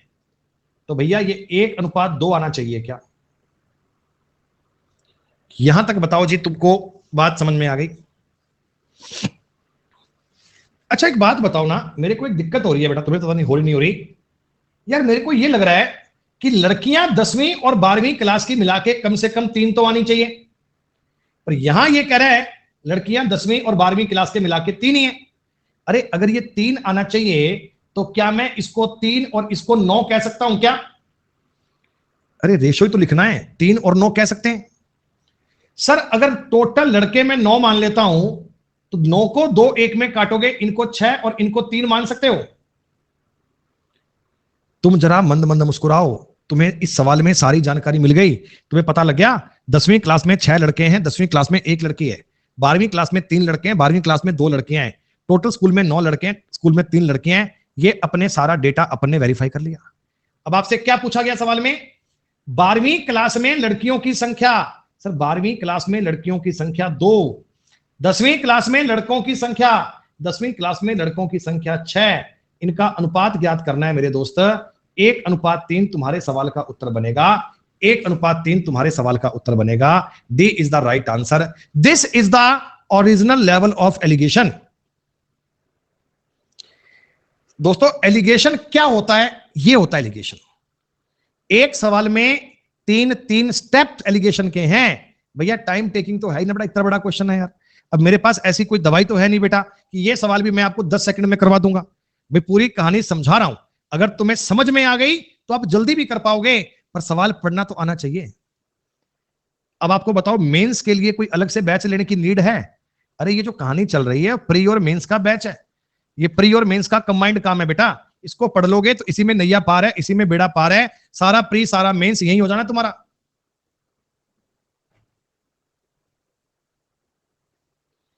इतना मजा आ रहा है आशीष पढ़ने में, कहे ब्रेक ले रहे हो यार। मैं तो कह रहा हूं तुम 6 बजे तक लगातार पढ़ लो, मजा भी तो आएगा। एक और कैटेगरी सुनो, एक और कैटेगरी सुनो भाई साहब, एक और बात सुनो। क्या जबरदस्त लेवल का सवाल है, आप सवाल का सुनो। बेहतरीन, मतलब बेहतरीन। इस सवाल की कोई सीमा ही नहीं है, इतना सुंदर सवाल है ये। यदि कोई व्यक्ति एक पेन पैकेट 21% के लाभ पर और एक पेंसिल का पैकेट 48% के लाभ पर बेचता है, तो पूरे मामले पर वह 1890 रुपए कमाता है।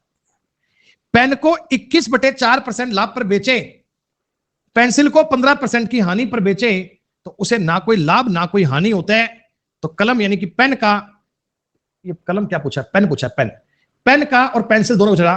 पेन और पेंसिल दोनों का लागत मूल्य है, दोनों का कॉस्ट प्राइस ज्ञात करना है, दोनों के क्रय मूल्य की बात करनी है। क्या तुम्हें एक बार सवाल पढ़कर यह समझ में आ रहा है कि हमें पेन और पेंसिल पर दो बार अलग अलग जानकारियां दी गई हैं?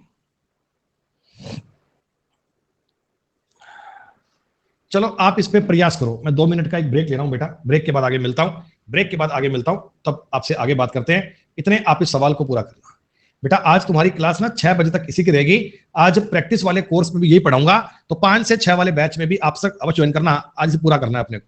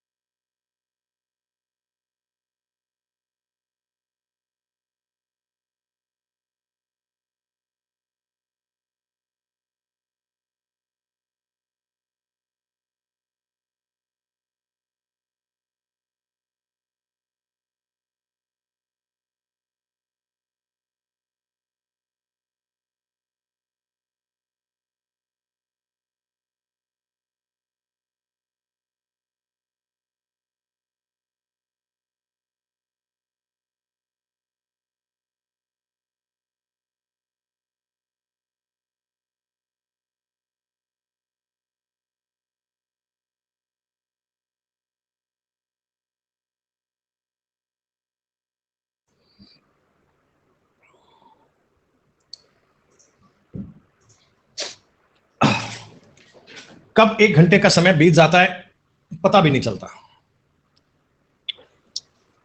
सुनो दोस्तों, कहानी कितनी आसान है, जरा ध्यान दीजिएगा, बात पे समझिएगा। बेटा, एक व्यक्ति ने एक पैकेट पेन बेचे और एक पैकेट पेंसिल बेचे। पेन पर तो 21% का लाभ हुआ और पेंसिल पर 48% का लाभ हुआ। टोटल मिलाकर 1890 रुपए कमाए। बेटा, यहां पर तो एलिगेशन लग नहीं पाएगा ना। अगर टोटल का भी मुझे परसेंटेज पता होता तो मैं एलिगेशन लगा देता। ये तो रुपए दिए हुए हैं, रुपयों पर तो कैसे लगाऊं। तो आपने सवाल को आगे पढ़ा। आपने कहा सर पेन पर 21/4% कमाते हैं प्रॉफिट और पेंसिल पर सर 15% की हानि उठाते हैं, तो हमें ना कोई प्रॉफिट ना कोई लॉस होता। ऐसा कह सकते हो क्या बेटा? बोलो, अरे बोलो बोलो बोलो। जीरो का मतलब क्या है? ना कोई प्रॉफिट ना कोई लॉस। तो ये 15 यहां पे आ जाएगा और ये 21/4 यहां पे आ जाएगा। सर ये 3 बार काटोगे, 3 बार काटोगे, क्या 20:7 बनना चाहिए क्या? दोस्तों, पेन और पेंसिल का जो कॉस्ट प्राइस है ना, कॉस्ट प्राइस 20:7 आना चाहिए। लेकिन ये रेशो की बात है। अफसोस, सारे देखो इस ऑप्शन के अलावा यहां भी ये 20:7 बन रहा है, यहां भी 20:7 बन रहा है, यहां भी 20:7 ही बन रहा है। इन्होंने सारे ऑप्शन तुमको ऐसे दे दिए ताकि आप ऑप्शन से सवाल ना कर पाओ। अब सुनो मेरी बात बेटा, ये रेशो की बात है। मैं इस सीपी को 2000 और इसको 700 मान लूं क्या? एक बात तो मान लूं क्या? मैं इनका सीपी ऐसे मान सकता हूं क्या? अब आपका सेकंड वाला डेटा यूज करो। सर पेन को अगर मैं 21% के प्रॉफिट पर बेचूं, 21 दूना 42, क्या 420 रुपए कमाए जाएंगे? सर पेंसिल को अगर आप 48% के लाभ पर बेचोगे, पेंसिल को अगर 48% के लाभ पर बेचोगे, 48×7 336 रुपए कमाए जाएंगे। अरे बोलो बोलो बोलो बोलो। हाँ, तो टोटल मिलाकर जो आपका प्रॉफिट इसमें आ रहा है 6, 5, 7, 756 रुपए का प्रॉफिट आ रहा है। अगर मैंने इनका सीपी 2000 और 700 माना था ना बेटा, तो 756 का प्रॉफिट आ रहा है। सवाल कहता 1890 का आ रहा है, सवाल कहता 1890 का आ रहा है। तो क्या ये 756 की वैल्यू है? क्या ये 756 की वैल्यू है क्या? बोलो भाई। 756 का दुगना करोगे 1500, आधा 300, पूरा पूरा 2.5 बार कटेगा दोस्तों, पूरा पूरा 2.5 बार कटेगा। मैंने काट के देख लिया। तो 2.5 दूना 5, पेन की कीमत तो आएगी 5000 और इसका 2.5 गुना आएगा 1750, पेंसिल की कीमत आएगी 1750। आपके सवाल का उत्तर बनेगा सी। ये है असल लेवल, जिसमें एलिगेशन भी काम आया, जिसमें वैल्यू सिस्टम भी काम आया, प्रॉफिट की बात भी काम आई, लॉस की बात भी काम आई। सारे सवाल का कॉन्सेप्ट आपको समझना है। अब कई बच्चे इस सवाल को कहते हैं जी प्रॉफिट लॉस का सवाल है, पर एलिगेशन तो काम आ रहा है। एलिगेशन के आधार पे बना रहे हो तो बात बनती जा रही है बेटा। मजेदार। देखो यही सवाल, सेम क्वेश्चन है, एक बार और बता रहा हूं, ध्यान देना। मजा आ रहा है तुम्हें सवाल करने में? सर ए को मैंने बेचा 25% के लाभ पर, बी को बेचा मैंने 10% की हानि पर, तो कुल मिलाकर मुझे 10% का लाभ हो गया। आपने कहा सर इनका डिफरेंस आएगा 20, इनका डिफरेंस आएगा 15, 4:3 में होना चाहिए सर। ए और बी की जो कीमत है ना, ए और बी की कीमत है ना सर 4:3 में होनी चाहिए। अफसोस ऐसा तो एक ही ऑप्शन है, एक ही ऑप्शन है। हटाओ हटाओ हटाओ, हो गया काम, हो गया। आपने कहा नहीं नहीं मास्टर जी साबित करके बताओ। हम तो नहीं मानेंगे। मत मानो, साबित कर दूंगा, मेरे क्या है। इसको मान लो 400, इसको मान लो 300। आपने कहा जी ए को 20% की हानि पर बेचते, भैया 20% की हानि पर बेचते तो 80 रुपए का घाटा पड़ जाता। 6% की हानि पर बेचते तो 18% का, तुम्हें 98 का लॉस पड़ता। सवाल कहता है जी 294 की हानि हो रही है, 98 से पूरा पूरा 3 बार कट रहा है, तो ये 400 तिया 1200, 300 तिया 900, दोनों की कीमत ज्ञात कर सकते हो ना। ऐसे हो सकता था अगर पेपर में ऑप्शन ये होते तो 4, 3 को देखकर आप उत्तर टिक भी कर जाते, लेकिन अगर बाय चांस ऑप्शन से बात नहीं बनती, चेक करना भी पड़ जाए, तो तरीका भी बता दिया। अब तो कोई दिक्कत नहीं है। इन पूरी शीट को 1-2 बार सॉल्व करोगे, उसके बाद दोस्तों आप किसी भी पेपर में जाकर एलिगेशन का सवाल ट्राई कर लेना, दिक्कत कभी नहीं आ सकती। सर देखो ए पर आपने लाभ 15%, बी पर 25 और सी पर 40 है। ए और सी पर आपका लाभ 30 है, तो सबसे पहले मुझे बताओ मैं एलिगेशन कहां कहां लगाऊं बेटा, एलिगेशन कहां लगाऊं, ए और सी पर लगाऊं ना, वेरी गुड। ए पर 15% है, सी पर कितना है बच्चों, सी पर है जी 40%, मिलाकर इन पर 30% हो गया, सही है ना। ये 10 और ये 15, सर ये 2:3 आएगा। 1:3 कैसे आ गया, 2:3 आएगा। अच्छा मतलब आर्टिकल ए और आर्टिकल सी, आर्टिकल ए और आर्टिकल सी ये तो 2:3 में आने चाहिए। सर देखो 10 और 12 में 2:3 नहीं आ रहा, 14-16 में 2:3 नहीं आ रहा, 18-20 में 2:3 नहीं आ रहा, उत्तर आपका यही हो गया, दैट्स ऑल। लेकिन आपने कहा नहीं नहीं गुरुजी ऐसे नहीं, पूरा करके बताओ तब मानूंगा, मैं तो नहीं मानता। आ जाओ, अब कैसे करें, देखो अब आप ए और सी को लिखो एक साथ। ए और सी पे कितना प्रॉफिट है 30 और बी पर कितना है 25, तीनों पर मिलाकर कितना है 28%। ये लो, रेशो आ रहा है 3:2, सही है क्या, रेशो कितना आ रहा है 3:2 आ रहा है साहब। अब याद करो अनुपात की पहली क्लास, अनुपात की पहली क्लास, सर इसमें ना ए और सी का जोड़ आ रहा है 5, इसमें ए और सी का जोड़ आ रहा है 3, अच्छी बात नहीं है। एक ही क्वेश्चन में ए और सी अलग अलग कैसे बन सकते हैं, तो इसका गुणा 5 से, इसका गुणा 3 से कर दोगे क्या, सर 5 3 15, 5 3 15 हो गया। अच्छा ए कितना बन रहा है, ए बन रहा है 3 दूनी 6, बी कितना बन रहा है, बी बन रहा है 5 दूनी 10, सी कितना बन रहा है 3 3 9। ओहो ये बात डन। सर टोटल आर्टिकल 50 थे और ये एक्चुअल में 25 की वैल्यू है, एक की वैल्यू 2, तो ये 12 ये 20 और ये 18 साबित भी हो गया क्या, बोलो बोलो बोलो बोलो। ये लेवल तो सारे करवाते नहीं है तुम्हें, ये सोचते हुए कि इतना माथा कौन मारेगा भाई, बच्चों के साथ में इतना संघर्ष कौन करेगा, मैं कर रहा हूं।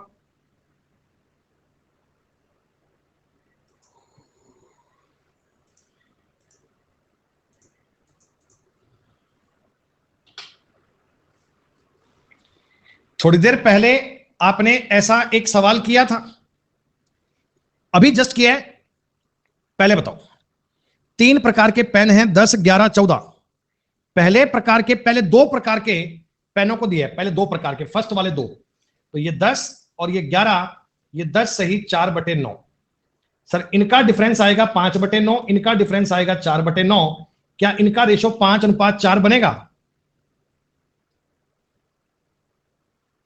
हाँ।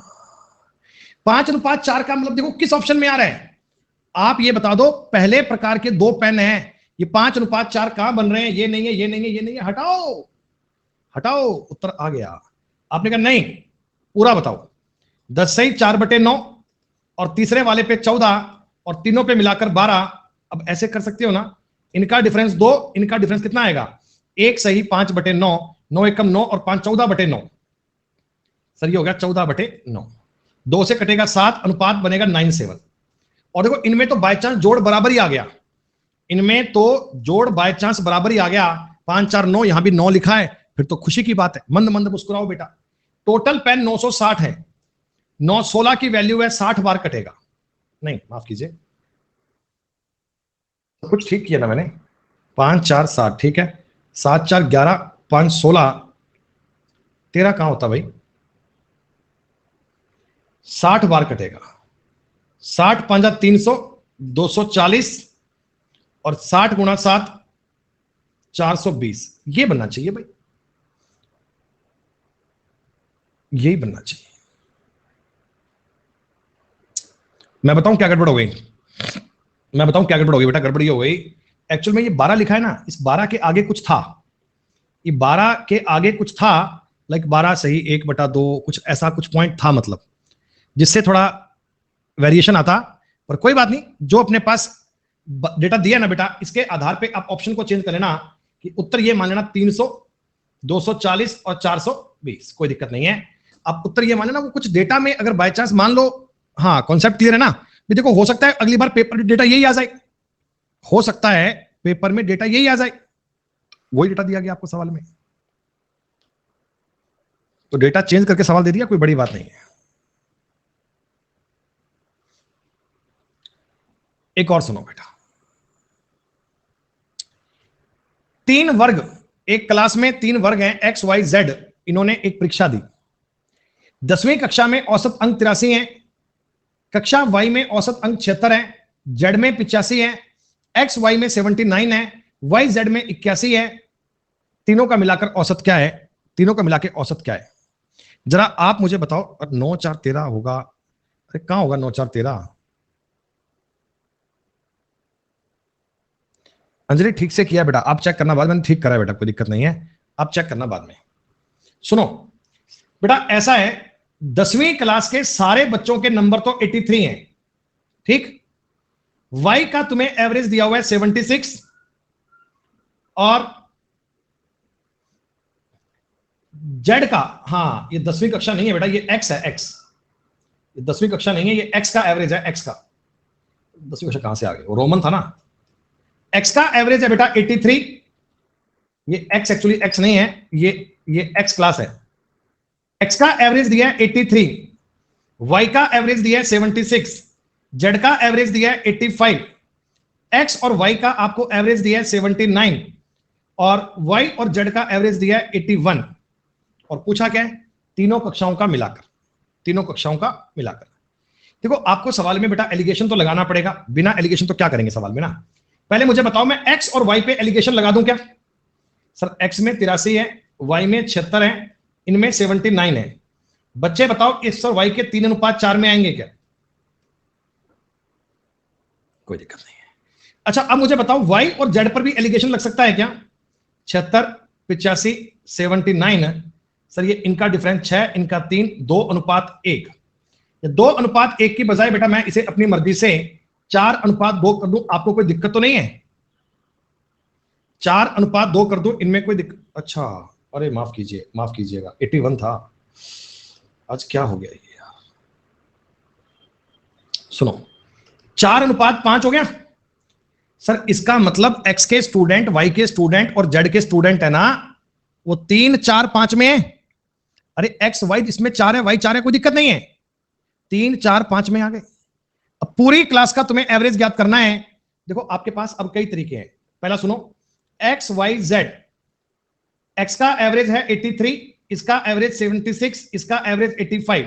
बच्चे कितने हैं? 3। बच्चे कितने हैं? 4। बच्चे कितने हैं? 5।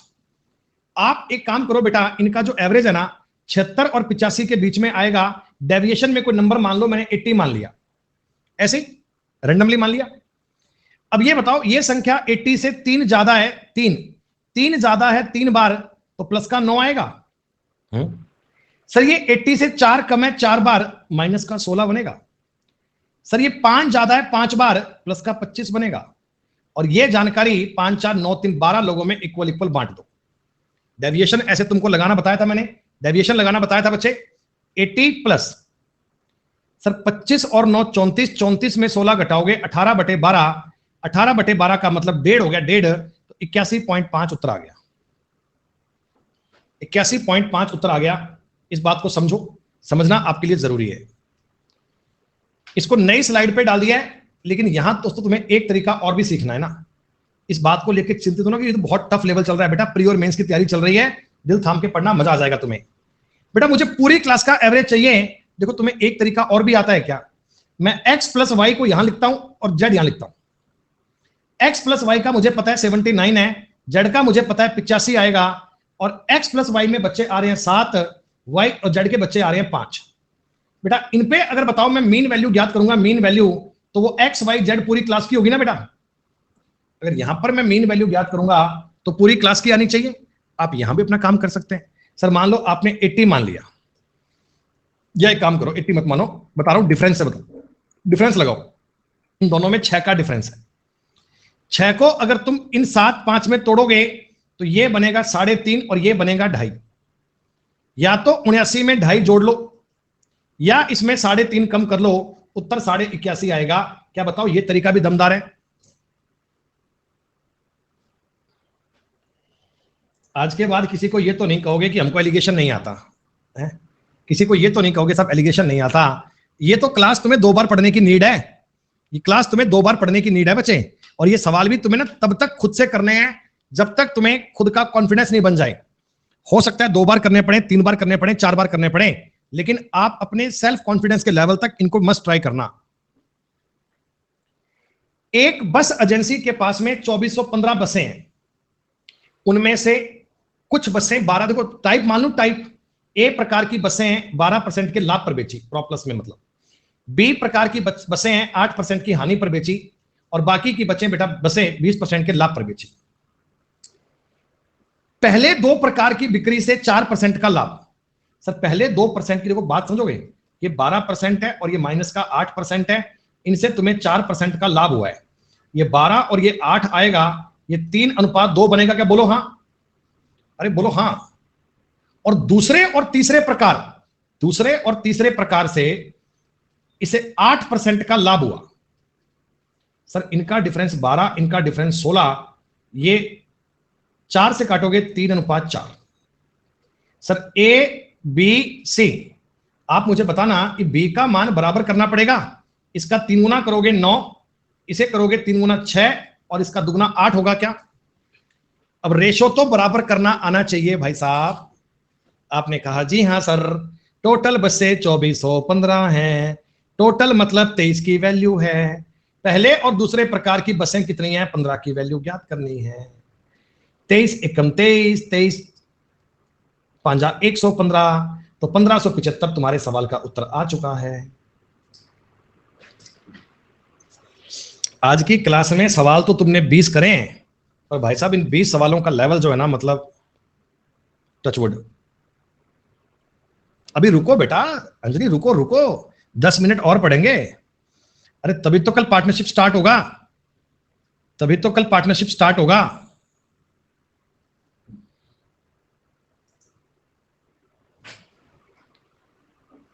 बस 10 मिनट और पढ़ लो बेटा।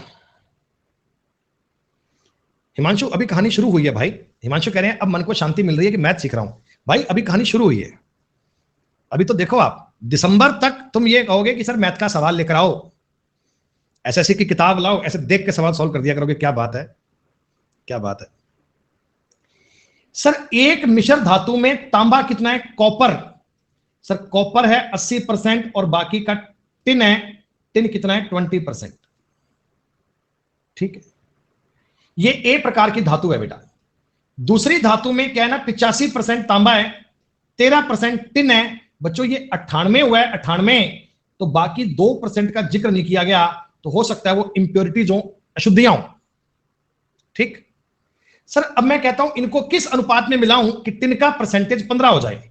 तो मेरे को सवाल में केवल टिन पर कंपटीशन लगाना है। सर पहले में टिन कितना है? 20, टिन कितना है? 13, रिजल्ट में टिन कितना चाहिए? 15। तो आप मुझे बताओ 2:5 में मिलाओगे क्या बेटा?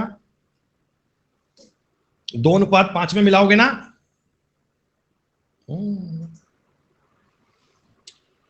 एक और सवाल देखो, बढ़िया, एक और सवाल देखो बेटा।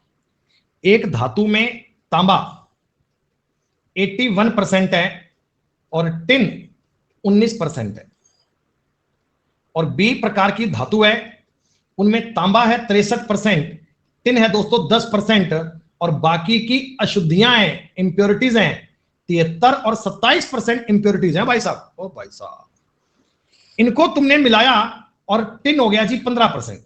आप मुझे एक बात बताओ, इसमें 19 है, इसमें 10 है, इसमें 15 है, तो टिन आपका 5-4 में होगा क्या? मिलाया आपने 5-4 में होगा? आपने कहा जी 5-4 में तो मिलाया है, तांबे का परसेंटेज कैसे लाऊं? फर्स्ट में तांबा 81, सेकंड में तांबा 63, मिलाया मैंने 5-4 में है, तो क्या आप ये ज्ञात कर सकते हो कि यहां कितना बनेगा मीन वैल्यू? कितनी बार तो बताया सर। आपने कहा जी देखो इन दोनों का अंतर बन रहा है 18। आंखें खोलो, आना आंखें खोलो बेटा, ऐसे ना आंखों पे पानी मारो, आंखें खोलो।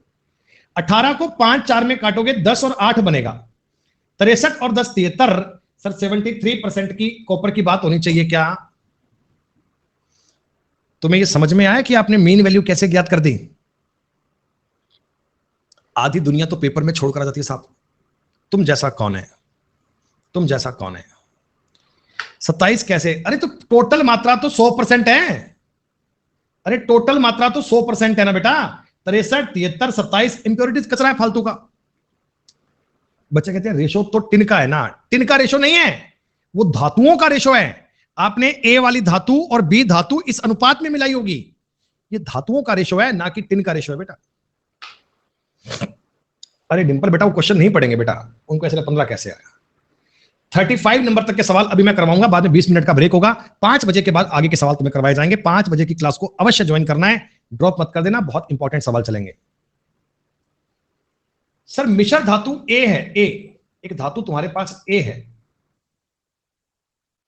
इनमें सोना और चांदी 89% सोना है, 11% चांदी है, 100% मामला पूरा हो गया। सर एक धातु और है, उसमें सोना है 75%, चांदी है 9%, 84, और बाकी की इंप्योरिटीज आ गई 16%, उसमें इंप्योरिटीज आ गई। देखो बेटा अगर मैं चाहता हूं ना तो नंबर ऑफ क्वेश्चंस तुम्हारे सामने कम भी करवा सकता हूं, उससे 1.5 घंटे में काम हो जाएगा, पर मैं वो चाहता हूं कि आप एक बार में मामला कर लो, 100% कर लो, नंबर कभी भी आपके कम नहीं होने चाहिए किसी भी हाल में। सुनो, एक सी में धातु सी बनाते हैं बेटा, इन दोनों को मिलाकर इनमें चांदी कितनी है 10%। बेटा चांदी अगर इनमें 10% है तो क्या आप मुझे बताओ, चांदी पे एलिगेशन लगाओगे ना 11, 9, 10, सर 1:1 में मिलाओ। अब आपने सोना पूछा है जी, सोना किसे बनेगा, इसमें सोना 89 है, इसमें सोना 75 है, और आपने 1:1 में मिलाया बेटा, तो आप बताओ आपके पास इस मिश्रण में ये सोना जो आएगा, सोना वो कितने % आना चाहिए, कितने % आना चाहिए, तो कितने % के लिए मतलब ये काम करोगे, इन दोनों का अंतर बन रहा है बेटा 14, यानी 7 बार कटेगा, 82 आना चाहिए, 82। कोई सा एक ऑप्शन काट के 82 कर दीजिएगा। अरे हाँ सपना, वो टिन का रेशो नहीं है, चांदी का नहीं है, वो धातुओं का रेशो आया है, धातु ए और धातु बी का रेशो आया है। धातु ए को और बी को आपने 1:1 में मिलाया होगा, धातु ए और बी को आपने 1:1 में मिलाया होगा।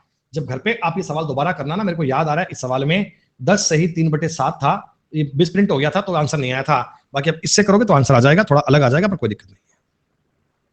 गोल्ड को मिल, अरे गोल्ड का क्यों लेगा भाई, तुम्हें ये 3 बातें दी गई हैं तो यहीं तो एलिगेशन लगाओगे ना बेटा, यहीं तो एलिगेशन लगाओगे, और कहीं कैसे लगाओगे यार।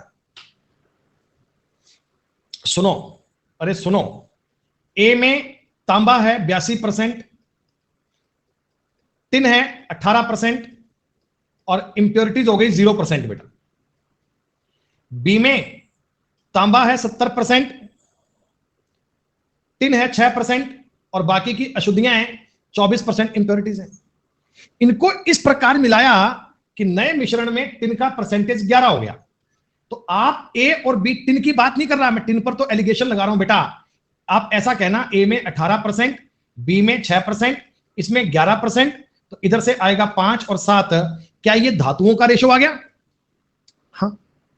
अब आपने कहा जी नए मिश्रण में अशुद्धियां बताओ, इसमें अशुद्धियां 0, इसमें अशुद्धियां 24, मिलाया है आपने 5:7 में, मिलाया है आपने 5:7 में। तो प्यारे बच्चों यहां पर बताओ 14 आना चाहिए क्या? कैसे पता? इनका डिफरेंस 24 है, 10 14 में बटेगा तो यहां पर 14 ही आना चाहिए बेटा। क्या ये बात क्लियर हुई तुम्हें? इस क्लास का आखिरी सवाल कीजिए, बाकी बातें करेंगे अपन 5 बजे।